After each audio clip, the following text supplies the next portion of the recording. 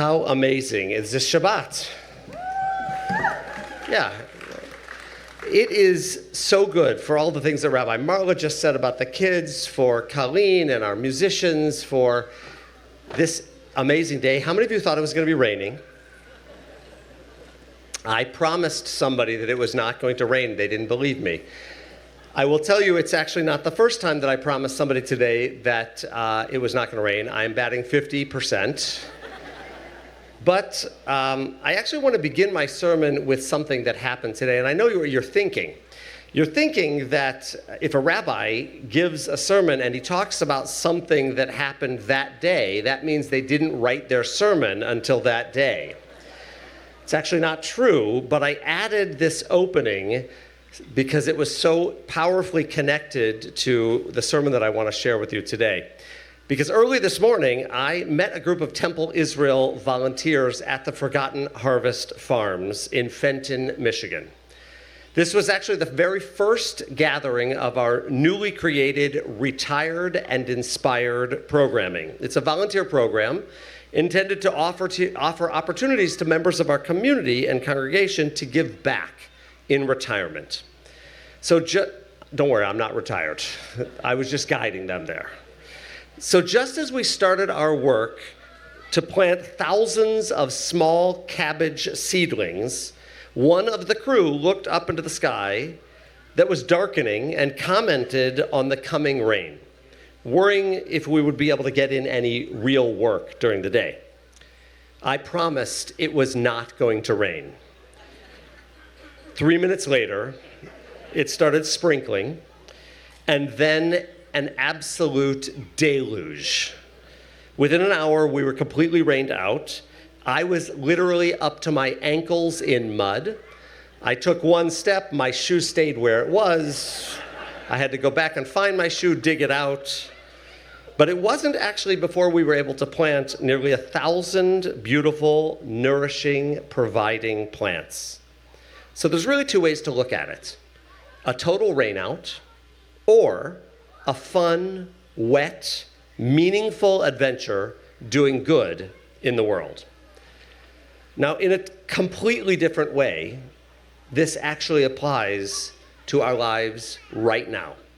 Because as I'm sure you're all feeling, this week was a tough one for the Israeli people and for Jews around the world, as we wait for the next series of pieces of news to come out of the Middle East. Still, I believe that a glass half full attitude towards challenges still applies in the same way it did this morning for me. We can either focus on the fear and suffering of our brothers and sisters sitting in shelters, or the miraculous future spy novel that's being written by the Israeli Defense Forces. But because today is a pray and play service with lots of kids around, rather than talking about the details of what's going on around the globe, I want to use a story to illuminate my response. You see, in Jewish tradition, storytelling actually has evolved as a way to address serious issues in a very digestible way for children and for adults. And this is a story that was told by a dear friend of mine on campfire Shabbat evenings more than 40 years ago. It's called The Rabbi and the Lost Sheep. Once upon a time, there was a kind and wise rabbi who lived in a small village surrounded by green hills and mountains. He was known for his wisdom and his gentle heart. And one day, a shepherd nearby rushed into his village looking completely desperate and sad. He found the rabbi in the middle of the town square, sharing his wisdom with the townspeople. "Rabbi," the shepherd cried, "one of my sheep has wandered far, far away, deep into the mountains. I've searched everywhere, but I cannot find it. The mountain paths are dangerous, full of sharp rocks and hidden crevices, and the night is coming on fast. I'm afraid I will never find my little lamb." The villagers who were gathered around shook their heads. "The mountains are far too treacherous," they said. "It's a lost cause," another sighed. "No one in their right mind would dare go up there now." So the rabbi listened patiently. He knew the shepherd loved his sheep very much, And he knew how easy it might be to allow fear to let him give up. "My friend," the rabbi said, in a voice calm and clear, "the people are right. The mountains can be difficult. But think about your animal. Is it alone, cold, scared? Do you truly believe that it is beyond reach?" And the shepherd looked at the rabbi, and then he looked up at the sky that was darkening and the worried faces of the villagers. He felt a pang of fear in his heart, and then he thought of the lamb, bleeding sadly in the cold. "No, Rabbi," the shepherd said, a flicker of determination in his eyes. "I cannot give up on that animal." So the rabbi smiled. "Now tell me, friend, when you look out at those mountains, do you only see the sharp rocks that you see in the shadows? Or do you also remember the sturdy paths that you've walked before, the plains where the sun shines and your strong feet have carried you?" So the shepherd thought for another moment, and he said, I do. I remember those sunny meadows on the lower slopes and how powerful I felt when I climbed up to the top to the spring." "Good," the rabbi said. "And do you only hear the wind that's howling? Or do you also hear the gentle rush of leaves and the quiet sounds of night?" And the shepherd nodded slowly. "I sometimes actually even hear streams trickling," he said. "See," the rabbi said, "the mountain is the same, whether there is a storm or a sunny day. But how you see it, how you hear it, makes all the difference. So go. Do not let fear blind you to the possibilities. Focus on your goal, trust in your own strength, and believe that if you seek, you will find." So inspired by those rabbis' words, the shepherd took off deep into the forest, up the mountains. He thanked the rabbi on his way, and not with dread, but rather a renewed sense of purpose. It was a difficult climb.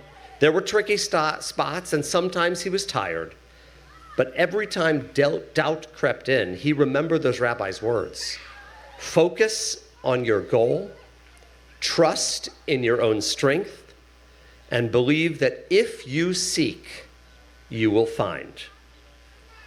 When he got back to the village with his animal in hand, the villagers were amazed.